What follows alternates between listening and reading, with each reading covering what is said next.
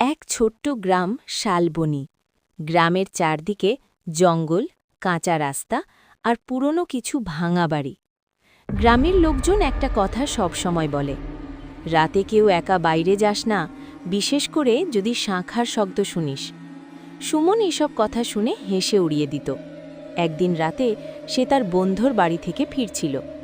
সময় তখন প্রায় 11টা। চারপাশে নিস্তব্ধতা, শুধু ঝিঝি পোকার ডাক।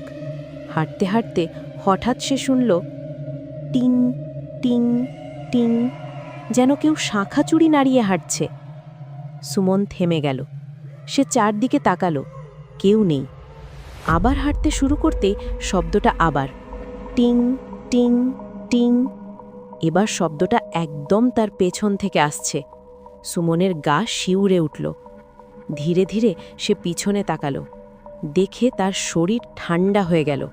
একজন মহিলা দাঁড়িয়ে আছে, লাল শাড়ি, মাথা ভরা সিঁদুর, হাতে শাঁখাপলা, কিন্তু তার পা দুটো উল্টো। মহিলাটা ধীরে ধীরে হাসল। এত রাতে একা কোথায় যাচ্ছ? সুমনের গলা শুকিয়ে গেল। সে কোনোভাবে বলল, বাড়ি যাচ্ছি। মহিলাটা একটু কাছে এসে বলল, আমার সাথে চল, আমি পথ দেখিয়ে দেব। তার চোখে এক অদ্ভুত আলো। সুমন হঠাৎ দৌড় দিল। পেছন থেকে শাঁখার শব্দ আরও জোরে শোনা যাচ্ছে, টিং টিং টিং টিং। সে যত দ্রুত দৌড়ায় শব্দটা ততই কাছে আসে। হঠাৎ তার সামনে একটা পুরনো শিব মন্দির পড়ল। সে দৌড়ে ভিতরে ঢুকে পড়ল। ভিতরে ঢুকেই সে লক্ষ্য করল শাঁখার শব্দটা হঠাৎ থেমে গেছে।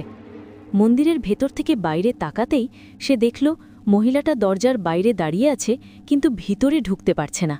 তার মুখটা এবার বদলে গেছে, চোখ দুটো কালো, দাঁতগুলো ধারালো।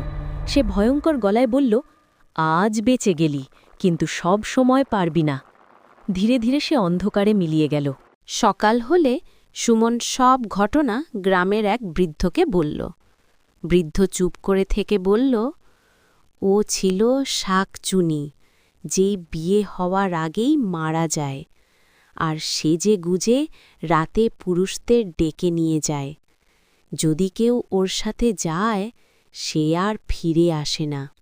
সেদিনের পর থেকে সুমন আর কখনো রাতে একা বেরোয় না, কিন্তু মাঝে মাঝে রাত গভীর হলে তার জানালার বাইরে থেকে ভেসে আসে টিং টিং টিং।